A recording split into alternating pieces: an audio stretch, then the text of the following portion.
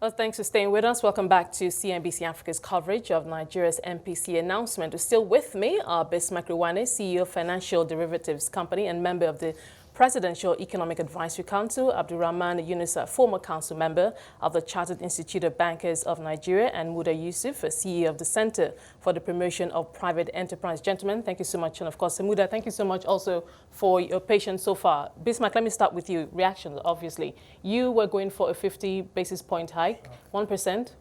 1% a bit aggressive, but when you look at it cumulatively, 5% in the last 5-6 months. Inflation has increased by 3.38%, so we're ahead of inflation.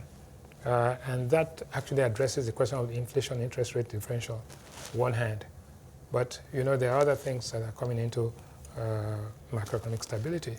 But again, the lag, I think the governor talked about the lag between when policies are made and when impact is felt, right? I think that you have to allow that happen and see that work through.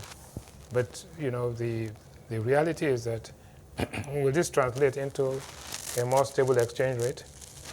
Maybe not, but at least the Naira will probably get some solace from this in terms of the level of depreciation of the Naira may reduce if the rationing and the restrictions are reduced. Then you will have a currency that will probably stabilize and begin to strengthen. But if you don't, if you continue rationing and you actually increase the number of restrictions, then the currency weakens and that feeds itself back into inflation. All right. Abdulrahman, your reaction? Well, I'm not happy with further increase, especially of a magnitude of 100 basis points. Because the central bank governor made a very good argument about allowing previous pronouncements and previous increases to pass through the system for it to see where it's going to take us.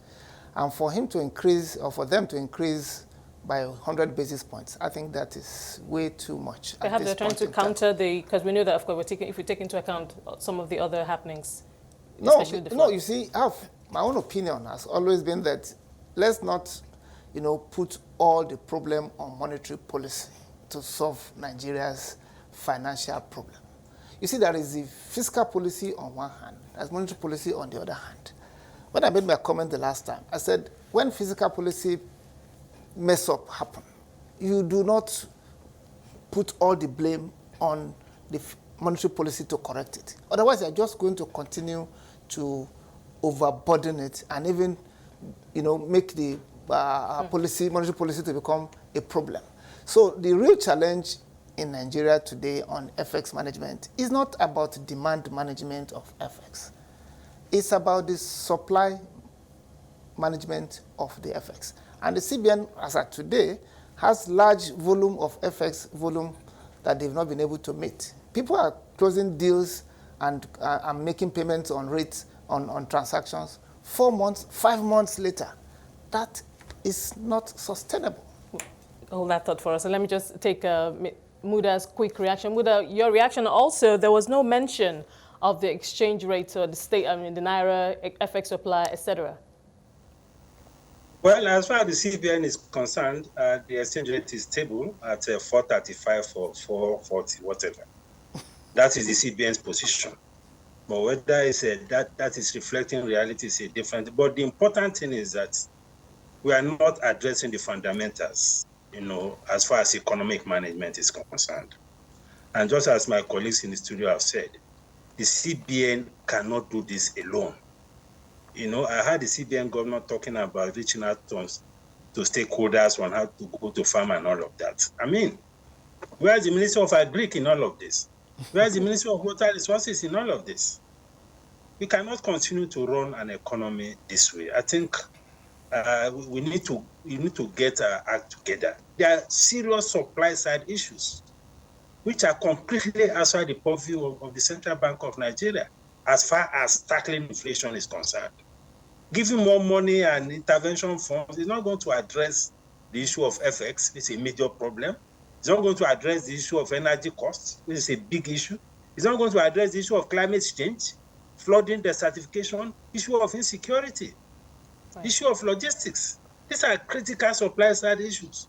How is all this intervention going to solve all of that?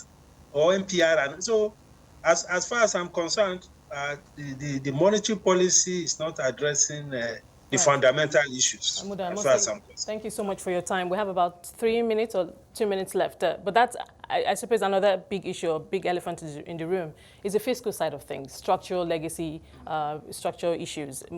Bismarck, speak to that point, because it would appear that so much on the fiscal side is being taken over by the monetary. There's a limit to the efficacy of monetary policy, as Yinusa struck. Now, the reality is that what happens tomorrow morning? What happens tomorrow morning is that interest rates will increase across the board within the banking interbank system, but we have to see what happens to the treasury rates. If the treasury rates remain the way they were, then you will have no impact on the propensity to save and the propensity to consume. So we must see an increase in the general level of interest rates there, right? But we must also begin to understand that output is not a function of intervention. Because the total amount of interventions put together, which was being mentioned, a couple of billion here, billion there. 2.41 trillion so far. 2.4 trillion in an economy which is over 160 trillion in GDP size, it has a very limited impact. So output is not going to increase. There's going to be some tightening. There's going to be some adjustments. Maybe you have some reduction in lending, but generally speaking, there are some bumpy days ahead. Abdulrahman, the CBN did say that we can look forward to subsequent quarters of growth. We've had 7 in the last, albeit not too aggressive, but that's something he says that we can look forward to. But obviously, inflation will continue to be right at the top of the agenda for the monetary authorities. Your thoughts? Well, you see, when you talk economic growth without improvement in standard of living, I'm of the school of thought that you are playing with mirrors, okay? I would rather we get to the basics, and according to Muda, that is with us online, we should just get back to the basics and address the fundamentals of the economy. Now, let's come back to what the central bank job is and monetary policy issue. For me, CBN saying that if you borrow money from the CBN discount window, they will charge you 5% flat because they are taking the money on the day of FX bid and all that. It's abdication of the responsibility and role of last lender to the banking system. That knee-jerk reaction is unnecessary. It's uncalled for. It just goes to show how, unduly is it overreacting to exchange rate management, just because you want to reduce how many banks can be able to bid for FX. So as a banker, we would like that to be stopped. Let CBN play the role of lender of last resort in a usual manner. All right, gentlemen, I'm afraid we're going to have to leave it there, but thank you so much. Always a pleasure to have you. Thank you for joining us today. And of course, Muda, thank you so much also for being a part of our conversations today. Well, that's all for today's coverage of Nigeria's MPC meeting. Today, we've been speaking to Bismarck Rewane, CEO of Financial Derivatives and member of the Presidential Economic Advisory Council, Abdulrahman Yinusa, a former council member of the Chartered Institute of Bankers of Nigeria, and Muda Yusuf, CEO of the Center for the Promotion of Private Enterprise.